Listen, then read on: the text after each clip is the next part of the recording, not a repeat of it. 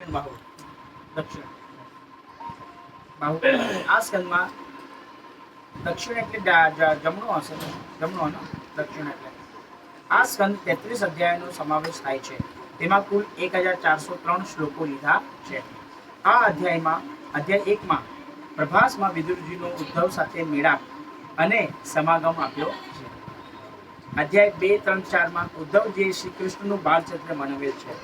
અધ્યાય 5, 6માં મૈત્રેય મહત્તત્વ તેમજ વિરાટ સૃષ્ટિ વર્ણવી છે. અધ્યાય 7માં જીવાત્મા બ્રહ્મ સ્વરૂપ છતાં અવિદ્યા સાથેનો સંબંધ બતાવ્યો છે. અધ્યાય 8, 9માં બ્રહ્માજીની ઉત્પત્તિ તેમજ સ્તુતિ લીધેલ છે.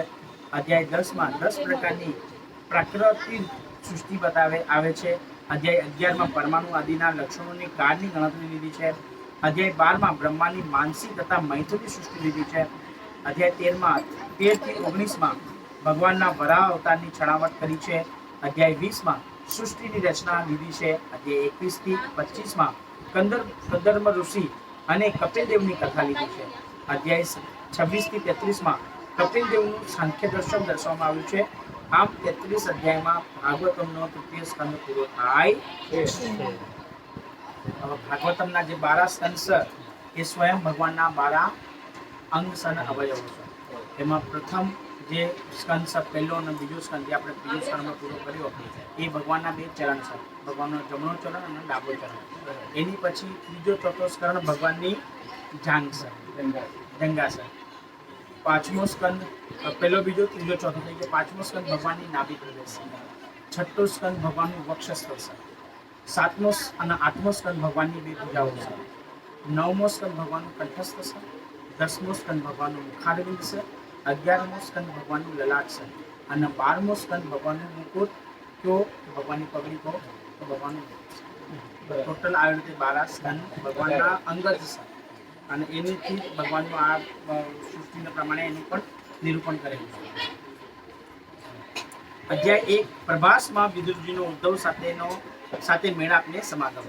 હવે આપણે પહેલા દિવસે બી ચર્ચા વિચારણા કરી હતી કે ભગવાન જ્યારે અહીંયાથી ડિપાર્ચર થયા ત્યારે ઉદ્ધવજીના પ્રભાસ ક્ષેત્રમાં બોલાવેલા અને ભગવાને આખી ભાગવત કથા ઉદ્ધવજીને કીધી.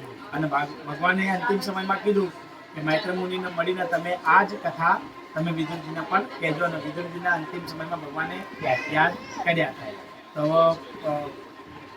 વિદુરજી તો તીર્થાટનમાં હતા, તો હવે ત્યાં એમના ઉદ્ધવજી મળે છે અને ઉદ્ધવજી એના વિદુરજીનો સંવાદ છે. एवमेत पुरा पृष्ठो मैत्रयो भगवान् किल शत्रावन प्रविष्टेन त्यक्त्वा स्वगृह मुदिमतः. શ્રી સુખદેવજી બોલ્યા, પાંડવોનું દુઃખ કાર્ય કરનારા અખિલ જગતના પરમેશ્વર ભગવાન કૃષ્ણ દુર્યોધનના ઘરનો ત્યાગ કરીને વિદુરના ઘરને પોતાનું ઘર ગણીને તેમને ઘર ગયા હતા. તે સમૃદ્ધ ઘરનો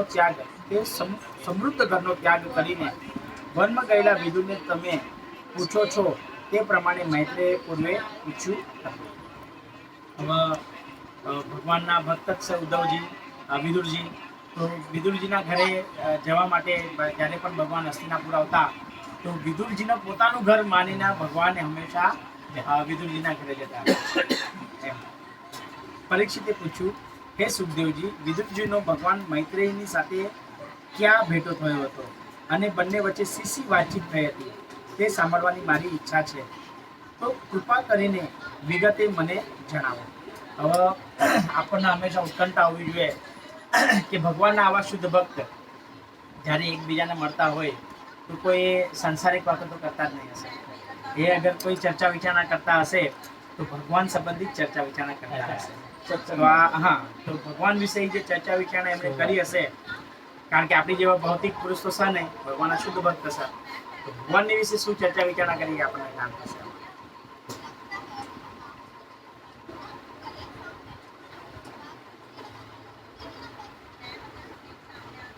સુતજીએ કહ્યું, હે સૌનકાદિક મુનિઓ, રાજા પરીક્ષિતના આ પ્રમાણે પૂછવાથી અત્યંત પ્રસન્ન થયેલા સુખદેવજીએ જે કહ્યું તે બધું કહું છું તે તમે સાંભળો. હે રાજન, જેની જ્ઞાન દ્રષ્ટિ અધર્મને લીધે નાશ પામી હતી, તે રાજા ધૃતરાષ્ટ્રએ પોતાના પુત્રોને રાજ મળે એ દૃષ્ટ આશ્રયથી પાંડવોને લાક્ષાગૃહમાં બાળવાનો નિંદીય પ્રયાસ કર્યો હતો. ત્યારબાદ પાંડવોને જુઠ્ઠું રમાડી કપટ કરીને હરાવ્યા. તે સમયે દ્રૌપદીનું અપમાન દુર્યોધન તથા દુશાસને કરેલું. બાદ ધર્મને જાણનારા યુધિષ્ઠિર અને તેના ભાઈઓ પછી વનવાસમાં ગયા. સમય પૂરો થતાં વનવાસ ભોગવીને પાછા આવ્યા. તેઓની વચ્ચે થયેલી શરત પ્રમાણે પાંડવોએ પોતાના રાજ્યની માંગણી કરી, પણ દુર્યોધનની ચળવળીને લીધે ધૃતરાષ્ટ્રએ પાંડવોને રાજ્ય પાછું ન આપ્યું. આથી વિદુરજીએ ધૃતરાષ્ટ્રને ઉપદેશ આપ્યો, પણ ધૃતરાષ્ટ્રને તેની કોઈ અસર થઈ નહીં.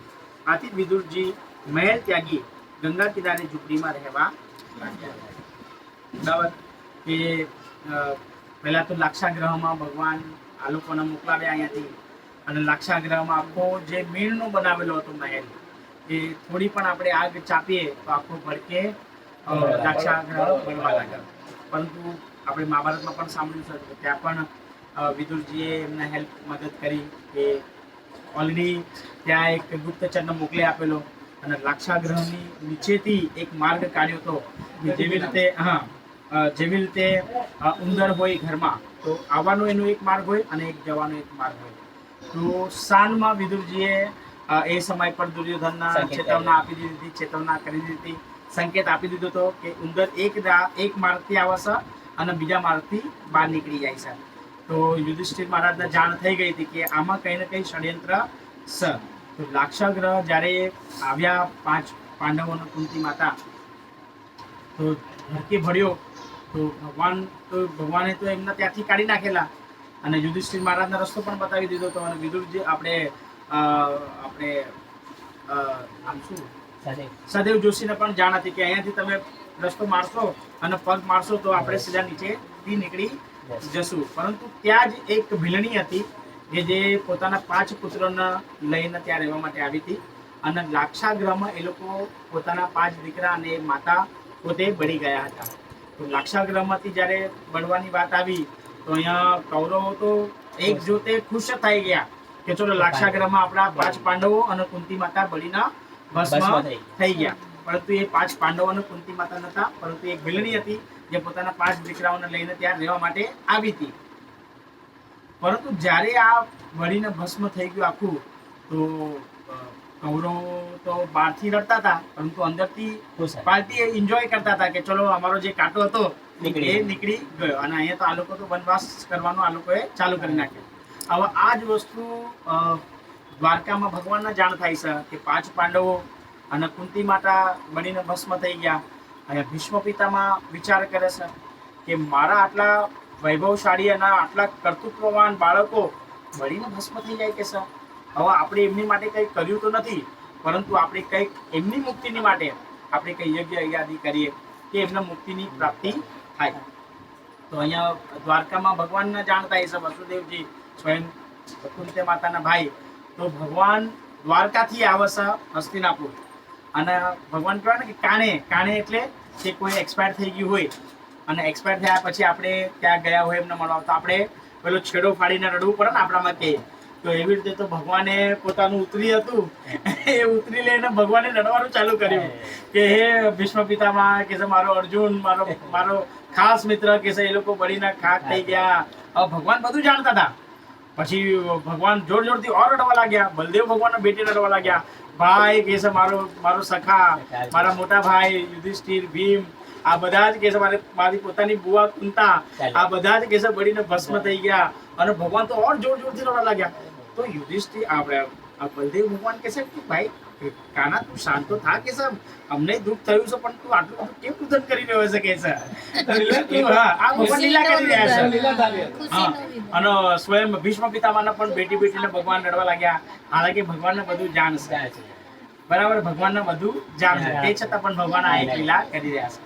અને લાક્ષાગ્રહમાંથી જ્યારે નીકળ્યા અને પછી દ્રૌપદીનું જે દ્રૌપદીનું મત્સ્ય છેદનની લીલા હતી, તો ભગવાનને સ્વયં પછી એમને ત્યાં જોયા. તો 5 ભાઈઓ ત્યાં આવ્યા છે. અને ભગવાને પછી દ્રુપદ રાજાની સભામાં, ભગવાન તો પોતે જ દ્રુપદ રાજાની બાજુમાં બેઠા હોય છે, કૃષ્ણ ભગવાન, અને સ્વયં આપણા ભગવાન પણ હોય છે, બલદેવ ભગવાન પણ હોય છે. તો બલદેવ ભગવાનના ભગવાન કહે છે, કૃષ્ણ ભગવાન કહે છે કે જો આ જે 5 લોકો આવ્યા છે ને, જે બ્રાહ્મણના વેશે, એમાંથી જે પેલો ખાધેલો પીધેલો હશે ને, હસફુસ લાગી રહ્યો છે ને, એ કે છે ભીમ છે, અને બીજા બધા 5 પાંડવો છે. તો બલરામ ભગવાન યકીન નથી માનતા. એ કહે છે તું કેમ ખોટું કહી રહ્યો છે, કે છે કૃષ્ણ, આપણે કે છે કાણી જઈને આવ્યા, આપણે કે છે એમનું બધું હરાવી બી દીધું, અને તું હમણાં એમ કહે છે કે 5 પાંડવો આવી ગયા છે. ત્યાં એક લીલા છે ભગવાનની એમ.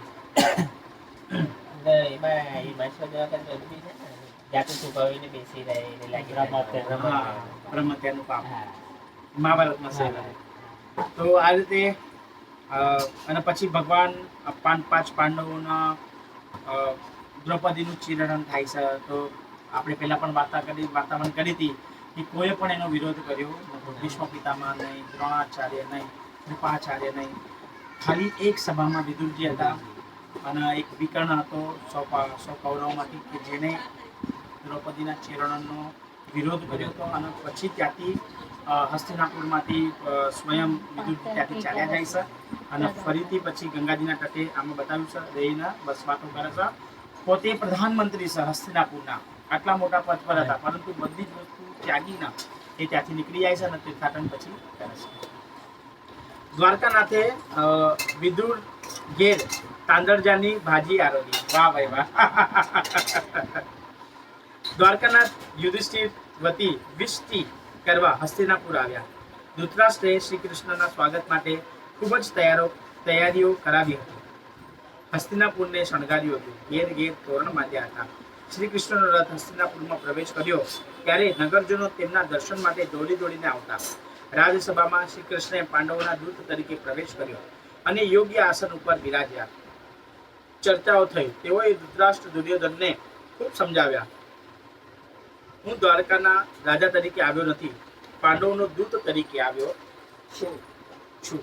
પણ ભગવાનનું દુર્યોધને અપમાન કર્યું. કહે આમ ભીખ માંગવાથી રાજ્ય મળવાનું નથી. યુદ્ધ કર્યા વિના સોયની અણી મૂકવા જેટલી જમીન પણ આપવા હું તૈયાર નથી. જો ભગવાન ભક્તની માટે સ્વયં તો મહાભારતના યુદ્ધમાં ભગવાન પોતે અર્જુનજીના સારથી બન્યા, બરાબર. એની પછી શાંતિદૂત બનીને ભગવાન હસ્તિનાપુર આવ્યા. વિચાર કરો કે શાંતિદૂત કોને બનાવાય, કે આપણા નગરમાં મંત્રી હોય અને એક નાની કેટેગરી હોય, એના આપણે એક શાંતિદૂત બનાવીને મોકલાવે. પરંતુ નહીં, તમે જાઓ અને સમજાવવાની તૈયારી કરો ત્યાં. પરંતુ ભગવાન પોતે અહીંયા શાંતિદૂત બનીને આવે. એટલે ભગવાન વિચાર કરો કે ભક્તિ માટે ભગવાન કંઈ પણ બનવા માટે તૈયાર થઈ જાય છે. આજે કૃષ્ણ અર્જુનના ડ્રાઈવર બની ગયા, સારથી બની ગયા, બરાબર છે. આજે કહેવાય છે ને કે મહાભારતના યુદ્ધમાં સારથીનું બહુ મહત્વ હોય છે. કારણ કે સારથીને ખબર છે કે મારા યોદ્ધા કોની સાથે યુદ્ધ કરી રહ્યો છે અને મારે કયા માર્ગે જવાનું છે.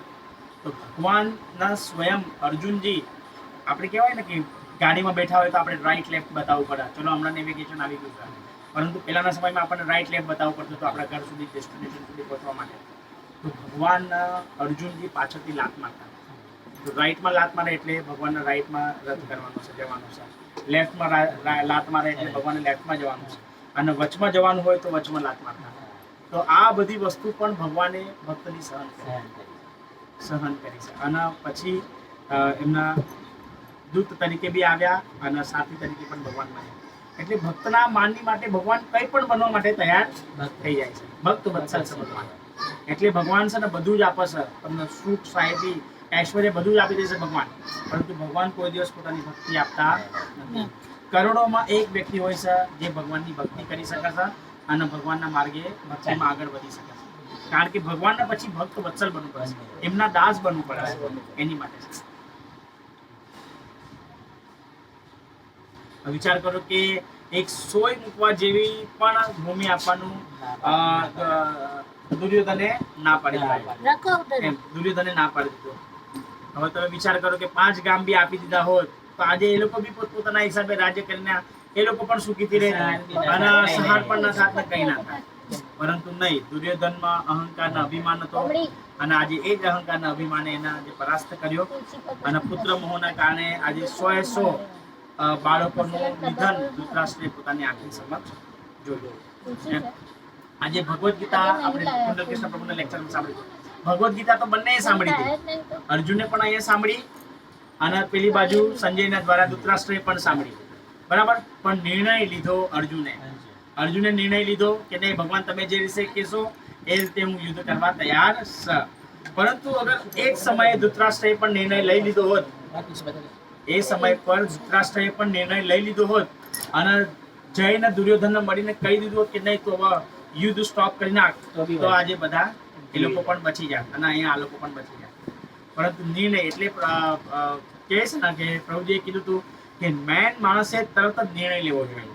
તમે અગર નિર્ણય ન લઈ શક્યા સમય અનુસાર તો પછી તમને પસ્તાવાનો વારો આવશે. અને પછી ધૃતરાષ્ટ્રને પણ પસ્તાવાનો વારો આવ્યો કે એના 100 બાળકો એની આંખની સમક્ષ મૃત્યુ પામ્યા મહાભારતના યુદ્ધ દરમિયાન. ચલો થોડી મહાભારતની કથા છે, કથા થાય એટલું સારું એમ.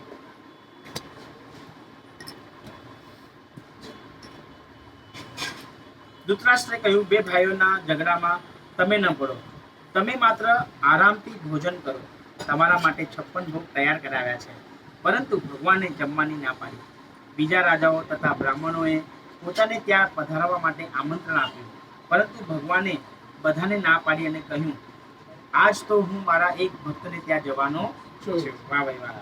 અંતર્યામી ભગવાને પોતાના રથ વિદુરજીની ઝૂંપડી તરફ લેવડાવ્યો.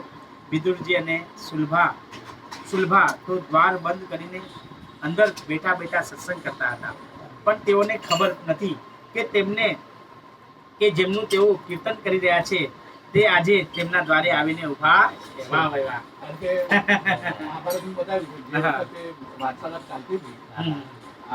યુદ્ધના વિષય મતલબ 5 ગામના વિષય આપો, ઓર ગામ આપો, થોડા કામ આપી દો. પણ તો દુર્યોધન ના પડશે કે એક ગામ નહીં મળે તો સુઈ જેવી એક નોકની જગ્યા પણ નહીં આપે. એ વખતે વિદુરજી પોતે સભામાં બેઠા. હા, પણ ભગવાનના પછી બહુ ક્રોધ ચડ્યો કે કાંઈ નથી આપતા, તો પછી યુદ્ધ પછી લાસ્ટમાં કાંઈ નથી આપતા, પછી યુદ્ધ ત્યારે ભગવાનને ત્યાં એ લોકો બહુ ગાળો ગલોચ કરે, અપમાન કરે, ભગવાનને બંદી બનાવી નાખ્યા. પછી ભગવાને ત્યાં વિરાટ સ્વરૂપ પણ બતાવ્યું પાછું દુર્યોધનને ત્યાં. એટલે માટે પાણી તો દૂધ આવ્યા હતા. વિષ્ણુ પિતા બી કે છે, રોડ ગુરુ બી કીધું કે દૂધ ના કશું ના કરે, દૂધ આવે છે દૂધ તરીકે છે, રસનો છે જરૂર પણ દૂધ તરીકે. કારણ કે એક આની અંદર અને એક રામાયણની અંદર, રામાયણની અંદર પેલો જાય છે ને પેલા ભાઈ નામ અંગદ, એ બી દૂધ રીતે જાય છે રાવણની પાસે. પછી હનુમાનજી બી ગયા હતા તો એ બી દૂધ રીતે થઈ ગયા. દૂધના એવો નિયમ હતો ક્ષત્રિય લોકો, એ દૂધ આવે એટલે દૂધના કાંઈ ના કરી શકાય. શાંતિથી વાટાઘાટો કરીને નિર્ણય શું હશે એ લઈને એમને પાછો મોકલાવી સંદેશો લઈને પાછો. વિદુરજી જ્યારે સભામાં બેઠા હતા અને ત્યારે બધાએ કીધું કે આનો આપી દો, કોઈ વાત નહીં. દુર્યોધનની જીત જ એવી કે રૂપિયા કે ભાઈ એનું આવી જ ગયું છે તો એને કોણ રોકવાનું છે. પછી ભગવાન પાછા વિદુરજીની ઝૂંપડી આવે છે ત્યારે વિદુરજી ત્યાં હતા સભાની અંદર. એ વખતે માતાજી નાવા સ્નાન કરવા ગયા વિદુરજીના ઘરેથી માતાજી હતા. અને કૃષ્ણ ભગવાન દરવાજો જયારે ઠોકે છે ત્યારે નિર્વસ્ત્ર નાથી દોડીને આવે માતાજી. હા, પછી ભગવાન કહે છે માતાજી શાંતિથી હું આવી તો કહું છું પણ તમે શાંતિથી વસ્ત્ર ધારણ કરો. હા, આ બધી બહુ મહિમાનો અપરંપાર છે. પછી ત્યાં સભામાં વિદુરજીને ખબર પડી કે ભગવાન તો મારા ઘરે ગયા છે. હવે એ દિવસે જમવાનું વિદુરજીનું જે ઘરે હતા માતાજી એમનું જમવાનું સભાની અંદર હતું, ત્યાં હતું. તો અહીંયા તો કશું બનાવ્યું નતું આ લોકોએ. તો ત્યારે કે છે મા મને ભૂખ લાગી છે. વિદુરજીના ઘરેથી આપણે જે ભગવાન આવી ગયા ઘરમાં પછી કપડા ધારણ કરે છે કે મા મને ભૂખ લાગી છે. તો આવો ભગવાનની માટે શું કરીએ ને શું ના કરીએ એવી તેમને થયું માતાજીના કે મારે ભગવાન મારી પાસે જમવાનું માંગી રહ્યા છે અને મારે તો અમે તો કઈ બનાવ્યું નથી અને ઘરમાં કઈ દાણા રાખે નહીં, કશું નહીં. કારણ કે એ લોકો તો સભામાં જ જમવા જાય, દુર્યોધનના ઘરે જમવા જતા હતા એ લોકો. હવે એ દિવસે કઠિન પરીક્ષા કેવી થઈ કે દુર્યોધને ના પાડી દીધું હતું આખા દુર્યોધને ના પાડી નગરમાં દીધું. કે કોઈ દુકાનો ના હતું, બધું દૂધથી તમારા દુકાને આવે અથવા ઘરે આવે તો તમારે કોઈ કઈ અન્નનો દાણો આપવાનો નહીં એમ. તો વિદુરજી તો ઓર બિચારા અંદર ત્રાસી ગયા. અરે રે રે ભગવાન મારે ઘરે આવ્યા છે ને મારે કાંઈ જમવાનું કાંઈ નથી આજે, અનાજ પણ નથી. અનાજ બી નથી. તો પાછા દોડીને ભગવાન ની માટે કઈ ને કઈ વિચાર કરે છે. તો પછી એમના પેલું જે વાવેલું જે હતું કુવાની બાજુમાં કુવાની બાજુમાં, હા, વાવેલું હોય ત્યાં સાહેબ. તાંદળિયું તાંદળિયું હોય સાહેબ. હા. તો એ તાંદળિયાની ભાજી લે ત્યાંથી તોડીને વિદુરજીને લાવે છે. એવું થયું કે યાર હવે કાંઈ ના થઈ તો આ તાંદળિયો તાંદળિયો થઈ. ફર્યો, હા. હા, તો પાછા તાંદળિયો લઈને દોડીને જાય છે હા. વિદુરજી ઘરે. અને રાણીના પોતાની પત્નીના પાસે કરતા આ બનાવો. આ બનાવો ભાજી. ભગવાન ભક્તને આગળ ગુજરે એવા હતા કે પૂછો રાતે એમને બધી વાત જાણી. અરે રે રે કે આવું છે યાર. ત્યારે ભગવાને કીધું કે નહીં, આજે મારા ભક્તની મારે લાજ નથી જવા દેવી. હા, તો માતાજી જે થોડા ઘણા 2-5 કેળા હતા તે કેળા લાવ્યા ઘરેથી, તો ગરબ ફેંકી દેશે ને ભગવાનના છોટા છોલતા ખવડાવે છે. અને ભગવાન તો ભાવ જ રહી છે. ભગવાન તો ભાવના ભગવાન તો ખાઈ જાય છે. જેવી રીતે ત્યાં બોર ખાય છે ભીલડીના, હા. જૂઠા સબરીના સબરીના જૂઠા. તારે લક્ષ્મણજીને ઈર્ષા થાય છે, શંકા થાય છે. શંકા થાય છે કે આ ભગવાન કઈ જોતા નથી, કાંઈ નથી, તો બોર ખાઈ રહ્યા છે. એ એઠા બોર ખવડાવી રહી છે. તો ભગવાન જયારે એ બોર જયારે લક્ષ્મણજીને આપતા તો લક્ષ્મણજી પાછળ ફેંકી રહ્યા અને તારે ભગવાન ત્યાં ખાઈ રહ્યા. પછી ભગવાને એવી અસીમ લીલા કૃપા કરી વિદુરજીના ઘરે કે પોતાની 1600 રાણીઓને બોલાવી અને એકદમ 56 ભોગ જમવાનું બનાવવાનું કીધું. 56 ભોગ જમવાનું કીધું. સુગંધ આખા નગરમાં ફેલાય કે આના આપ્યું કોને? કે લાગે છે માનો ના માનો કે કાળિયો કે રથમાં સામાન ભરી લાવ્યો હતો. માને ના માને કે કાળિયો રથની અંદર બધું સામાન ભરી લાવ્યો અને ત્યાં વિદુરજીને 56 ભોગ જમાડી રહ્યો છે બધા. તો કે અમે આવીએ તો ભગવાને વિદુરજીને કે કાકા અમે આવીએ. વિદુરજી કહે તમને બી આમંત્રણ, તમે બધા ચાલો. તો ત્યાં ભગવાન જ્યાં પોતે જેના નાથ બેઠો હોય, મારો વાળો બેઠો હોય, ત્યાં હું કમી હોય, સ્વામી બેઠો હોય ત્યાં કમી હું. દેવા વાળો ક્યાં દુબળો છે? ત્યાં તો એને તો જોઈએ એટલું જ ખાલી એક વિચાર આવવો જોઈએ એમની અંદર.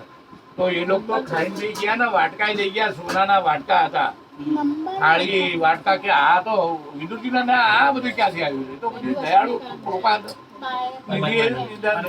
એવી લીલા કરી કે પૂછો વાત નહીં. કે એ લોકો બધા ખાતા ગયા ને લેજ બી ના મારી ગયા બધા. એટલે કે દુર્યોધન ઘર મેવા ત્યાગ્યો. હા, સાત વિદુર હા, સબસે સબસે ઊંચી પ્રેમ લગાય. બરાબર. એ રાજદૂત આજે બી હરેક દેશમાં એક રાજદૂત હોય. એ જે ફોલો એ ટાઈમ પર હતું તો આજે બી ફોલો થાય છે. શું કામ? રાજદૂત રાજદૂત. હરેક દેશના રાજદૂત. રાજદૂત. પાકિસ્તાન, ઇન્ડિયા, બધા દેશના બધાના હોય બધાના છે. રાજદૂત હોય. હા. Intermediate Intermediate. આપણા રાજદૂત બીજા દેશમાં હોય, એ લોકોના રાજદૂત આપણા દેશમાં. એ લોકો ઇન્ટરમીડિયેટ કરે. ચાલુ કરીએ? બોલો કૃષ્ણ કનૈયા.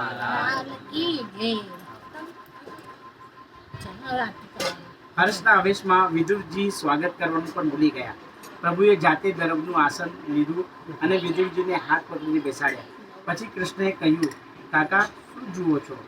મને બહુ ભૂખ લાગી છે, કંઈક ખાવા આપો. ભગવાનને ભૂખ લાગી નથી, પણ ભક્તને માટે ભગવાને ખાવાની ઈચ્છા વ્યક્ત કરી. વાહ, વાહ, વાહ. વાહ વાહ. વિદુરજીએ પૂછ્યું, તમે દુર્યોધનને ત્યાં જમીને નથી આવ્યા? શ્રી કૃષ્ણે કહ્યું, કાકા જેના ઘરનું તમે ન ખાઓ તેના ઘરનું હું ખાતો નથી. ભગવાને ભક્તને ત્યાં આવીને ભાજી આરોગી છે, જરાય સંકોચ રાખ્યો નથી. વિદુરજીને કૃતાર્થ કરી ભગવાન શ્રી કૃષ્ણ યુધિષ્ઠિરને મળવા ગયા. વિદુરજીએ વિચાર કર્યો કે પ્રભુએ કૌરવોના ઘરમાં પાણી પણ પીધું નથી. કદાચ હવે શ્રી કૃષ્ણ કૌરવનો વિનાશ કરશે. સંકેત આપી દીધો. એકવાર હું ધૃતરાષ્ટ્રને સમજાવું અને તે માની જાય તો સારું છે. એકાંત સમયે વિદુરજી ધૃતરાષ્ટ્ર પાસે ગયા અને તેને સમજાવવા લાગ્યા. વિદુરજીની સલાહ એવી નીતિપરાયણ અને ઉત્તમ હતી કે તેને મંત્ર વિદ્યો વિદુર નીતિ કહેતા. વિદુરજી ધૃતરાષ્ટ્રને સમજાવવા લાગ્યા, યુધિષ્ઠિરનો રાજ્યભાગ તમે આપી દો એ તમારા દુઃસહ અપરાધને પણ સહન કરે છે. ધર્મના પાલક શ્રી કૃષ્ણએ પાંડવો વતી માંગણી કરી, તેને તમે ઠોકર મારી. ભગવાન શ્રી કૃષ્ણએ પાંડવોને પોતાના માનીને પક્ષમાં લીધા છે. જે કૃષ્ણ ઉત્તમ યાદવ છે તે તમે જાણો છો. તેમણે અનેક અધર્મી રાજાઓના મદ ઉતાર્યા છે. ઇન્દ્ર જેવા દેવો તેમને પૂજે છે. તે પાંડવોના પક્ષમાં ન્યાયને ખાતર ભર્યા છે. પણ તમે તો તમારા પુત્ર દુર્યોધનનું કહ્યું જ કરો છો. દુર્યોધન તો શ્રી કૃષ્ણનો પણ વિરોધ કરે છે, જાણી જોઈને દ્વેષ કરે છે. આવા અમંગળ પુત્રનું કહ્યું માનવું તમે છોડી દો. ધૃતરાષ્ટ્રને સલાહ આપીને વિદુરજી પાછા ફર્યા. ધૃતરાષ્ટ્રને કાંઈ અસર થઈ નહીં. જો અહીંયા સ્વયં આ ધૃતરાષ્ટ્રજીને સમજાવવા માટે પોતે વિદુરજી જાય છે. અને વિદુરજી પોતે એક નીતિ વિશે જ્ઞાનમાં એકદમ પ્રખર હતા. વિદુરજી આગળ વિદુર નીતિ પણ આવે છે શ્રીમદ ભાગવતમાં. એમ તો સમજાવવા છતાં પણ પુત્ર મોહમાં ધૃતરાષ્ટ્ર સમજતા નથી. અને પુત્ર મોહના કારણે આજે છોકરાઓના ખૂન બેસે. સેવકો વતી દુર્યોધનને ખબર પડી એટલે તેણે વિદુરજીને રાજસભામાં બોલાવી તેમનું અપમાન કર્યું અને બોલ્યો, તું દાસી પુત્ર છે, મારું અન્ન ખાઈને મારી જ નિંદા કરે છે. તેને માત્ર જીવતો રાખીને હમણાં જ શહેરમાંથી હાકી કાઢો. ભર સભામાં જો વિદુરજીનું પણ અપમાન. પરમ વૈષ્ણવ છે વિદુરજી, ભગવાનના શુદ્ધ ભક્ત છે. અને શુદ્ધ ભક્તનું પણ અગર આપણે અપમાન કરીએ તો પછી આપણું પતન નિશ્ચિત. ભર સભામાં આવા કઠોર વાક્યો સાંભળવા પડ્યા. તેથી પણ વિદુરને મનમાં કંઈ દુઃખ થયું નહીં, કારણ કે તેઓ જાણતા હતા કે આ બધો માયાનો પ્રભાવ છે. વિદુરજીમાં એવી શક્તિ હતી કે આંખ ઉઘાડીને દુર્યોધન સામે જુએ તો દુર્યોધન બળીને ખાખ થઈ જાય. વિચાર કરો કે આ એમનું તપ, એમનું સત્યનિષ્ઠા. તો આ બધી વસ્તુઓ અગર આપણે એનું પરિપાલન કરતા હોઈએ તો સામેવાળાના આપણે ખાલી જોવા માત્રથી એ બળીને ભસ્મ થઈ જાય.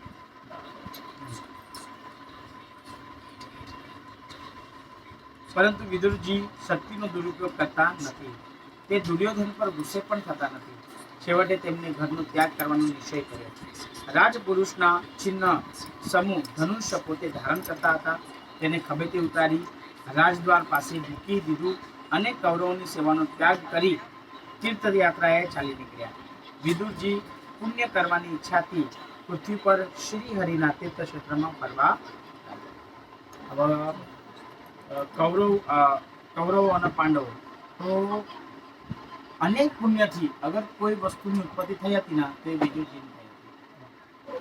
વિદુરજી પુણ્યના પ્રતાપે ઉત્પન્ન થયા હતા, કારણ કે દાસી પુત્ર તો હતા, પરંતુ આજે ભગવાન વેદવ્યાસના સંતાન છે. બરાબર. અને અનેક પાપ કર્મોથી અગર કોઈની ઉત્પત્તિ થઈ હતી તો એ દુર્યોધનની હતી. અને બહુ એક એવી કથા પણ પ્રચલિત છે, મેં બહુ કથા સાંભળી હતી કે દુર્યોધનનો જન્મ થયો ત્યારે એ સમય પર કઈ અમાસની એવી ઘોર અને એટલી અંધકારી રાત્રિ હતી. અને એનો જન્મ થયો હતો ત્યારે જ્યોતિષ લોકોએ ભાષ્ય પણ વાંચેલું કે આ દીકરાનો અગર તમે વધ હમણાં કરી નાખશો ને તો તમે તમારું સામ્રાજ્યને જાળવી રાખશો. નતર કે આ જ દીકરો તમારા આખા સામ્રાજ્યને નષ્ટ કરનારો નીકળશે. અગર એ સમય પર જ દુર્યોધનને મારી દીધો હોત તો 99 તો બચી જતા છે. દુર્વાસા એ છલ અને કપટ જે દુર્વાસા ઋષિને કર્યો ને એને કીધું હતું કે ભાઈ પિતાજીના જે વરદાન આપ્યું હતું કે તારા પાંચના હાથેથી સૌનું મૃત્યુ થશે. તારા 5 થી 100 મળશે. તારા 5 થી જ શરીરના કારણ કે છલ કર્યો કે ત્યાં બી છલ થયો. દુર્વાસા મુનિના આશ્રમમાં જાય છે તો ગાંધારી પેલા કુંતી માતાને પેલા ગાંધારી ચાલે અને ગાંધારીના વરદાન આપી દે છે દુર્વાસા મુનિ કે તમને 100 પુત્રો થશે.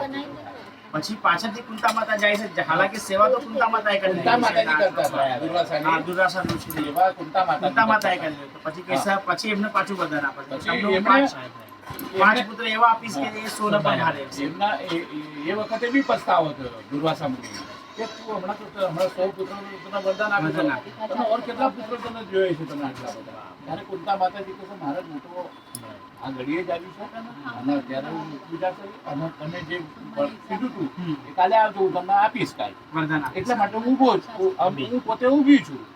ત્યારે એમણે પોતે કીધું કે હું તો આટલો બધો પોચેલો મહારાજ છે યાર, લાવ જરા અંદર જઈને જરા સમાધિ મારફતે કઈ જોઉં કે આ કોણ કોણ આવીને આ શું થયું. વરદાન લઈ ગયો? હા. પછી જયારે સમાધિ લગાવી મહારાજે 2 સેકન્ડ માટે, ત્યારે એમને ખબર પડી કે આ જે ગાંધારી હતી એ વરદાન લઈ ગઈ 100 પુત્રનું. પુત્રનું વરદાન હા, ગાંધારી લઈ ગઈ. અને કુંતાનું તો કાંઈ મળ્યું નથી. ત્યારે પોતે જ અંદરથી શ્રાપ મારફતે કહી છે કે જ્યાં તને 5 પુત્ર થાય પણ તારા 5 પુત્ર ના વડે 100નું સોનું નિધન. નિધન. નિધન થશે. ત્યારે જ એમને શ્રાપ આપી ત્યારે આપી દીધો દેશે. દુર્વાસા મુનિએ. દુર્વાસા ઋષિ. બોલો કૃષ્ણ કનૈયા લાલ કી જય. હા. કૃષ્ણ કૃષ્ણ ચાલો